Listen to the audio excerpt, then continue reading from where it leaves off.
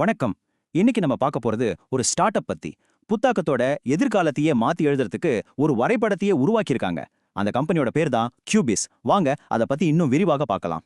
உங்கள் அனைத்து புத்தாக்கங்களுக்கும் ஒரே மையம். அதாவது உங்க எல்லா இன்னோவேஷனுக்கும் ஒரே இடம்னு சொல்றாங்க. கேட்கவே ரொம்ப பெரிய விஷயமா இருக்கு இல்லையா? எந்த மாதிரி ஒரு கம்பெனி இவ்வளவு தைரியமா ஒரு விஷனை முன்னாடி வைப்பாங்க? பார்க்கலாம் வாங்க.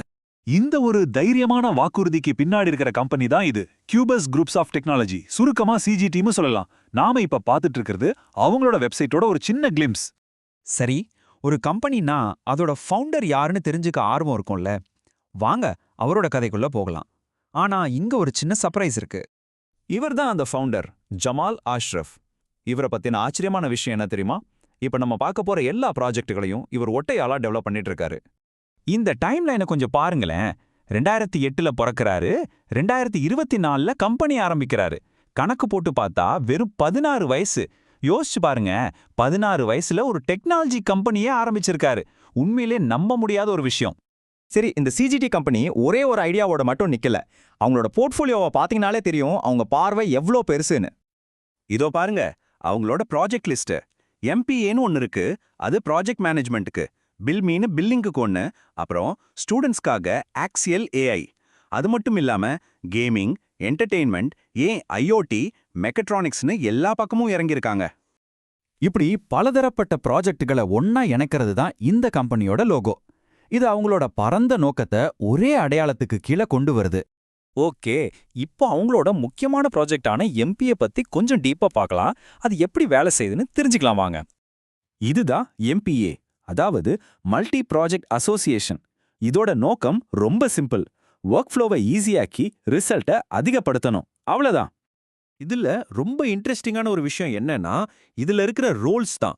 யூசர், ஒர்க்கர், மேனேஜர், அட்மின்னு 4 வகை. யாருக்கு என்ன வேலைன்னு ரொம்ப தெளிவா பிரிச்சிருக்காங்க. ஒரு ப்ராஜெக்ட் இந்த எம்பிஐஏ சிஸ்டம்ல எப்படி நகருதுன்னு பாப்போமா? முதல்ல ப்ராஜெக்ட் அசைன் ஆகும்.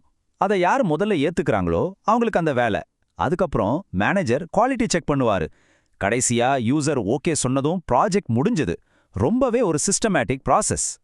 இந்த மொத்த சிஸ்டத்தையும் இன்னும் சுலபமாக்க அவங்க ஒரு ஸ்பெஷல் கரன்சியை உள்ள கொண்டு வந்திருக்காங்க. அதோட பேரு தான் ஸ்பார்க் பாயிண்ட்ஸ். அப்போ இதோட வேல்யூ என்னன்னு கேக்குறீங்களா? ரொம்ப ரொம்ப சிம்பிள். ஒரு இந்திய ரூபாய் ஒரு ஸ்பார்க் பாயிண்ட்டுக்கு சமம். அவ்வளவுதான், நேரடியான கணக்கு.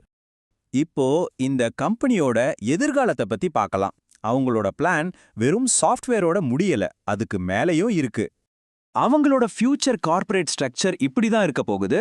கியூபிஸ் என்டர்பிரைசஸ் தான் பேரண்ட் கம்பெனி. அதுக்கு கீழே சாஃப்ட்வேருக்காக சிஜிடியும். ஆச்சரியமா இருக்க போற ஒரு விஷயம், எதிர்காலத்துல ஸ்பேஸ் ரிசர்ச்காக ஸ்பேஸ் ட்ராக்னு ஒரு கம்பெனி வரப்போகுது. அவங்களோட இன்னொரு ஸ்லோகன், புத்தாக்கத்திற்கான அடுத்த படி. இது அவங்களோட எதிர்கால திட்டங்களுக்கு கரெக்டா பொருந்தது.